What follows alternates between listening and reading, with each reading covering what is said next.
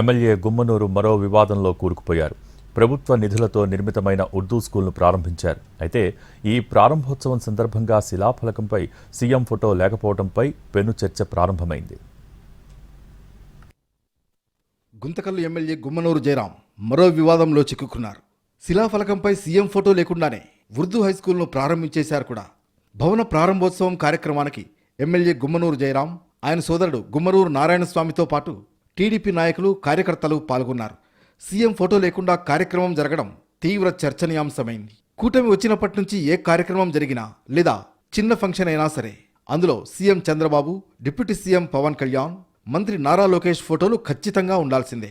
కానీ కావాలని చేశారో లేక అనుకోకుండా జరిగిందో తెలియదు, కానీ స్టేజ్పై ఏర్పాటు చేసిన బ్యానర్లో కేవలం ఎమ్మెల్యే గుమ్మనూరు జయరాం, ఆయన సోదరుడు గుమ్మనూరు నారాయణస్వామి చిత్రాలు మాత్రమే ఉన్నాయి. శిలాఫలకంలో జయరాం చిత్రపటంతో పాటు కేంద్ర మంత్రి మనోహర్ లాల్ ఖట్టర్ తదితరుల పేర్లు, జిల్లాలో మంత్రుల పేర్లు, అధికారులవి ఇలా అన్నీ ఉన్నా సీఎం చంద్రబాబు పేరు మాత్రం కనిపించకపోవడం తీవ్ర చర్చనీయాంశంగా మారింది. ఇప్పటికే అనేక వివాదాలతో వార్తల్లో నిలుస్తున్న గుమ్మనూరు ఇప్పుడు సీఎం ఫోటోలు లేకుండానే కార్యక్రమాలు చేస్తున్నారా అనే డిస్కషన్ మొదలైంది. ఏదేమైనా ఈ మ్యాటర్ ఇప్పుడు జిల్లాలో పెద్ద హాట్ టాపిక్గా మారింది.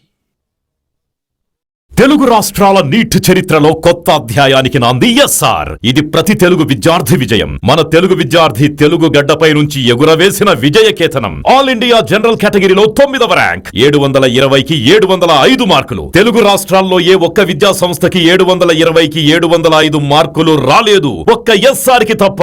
It's an open challenge. Telangana రాష్ట్రంలో నంబర్ 1, ఏపీలో నంబర్ 1, కర్ణాటకలో నంబర్ 1, మొత్తం సౌత్ ఇండియాలో ఎస్ఆర్ ఆధిపత్యం.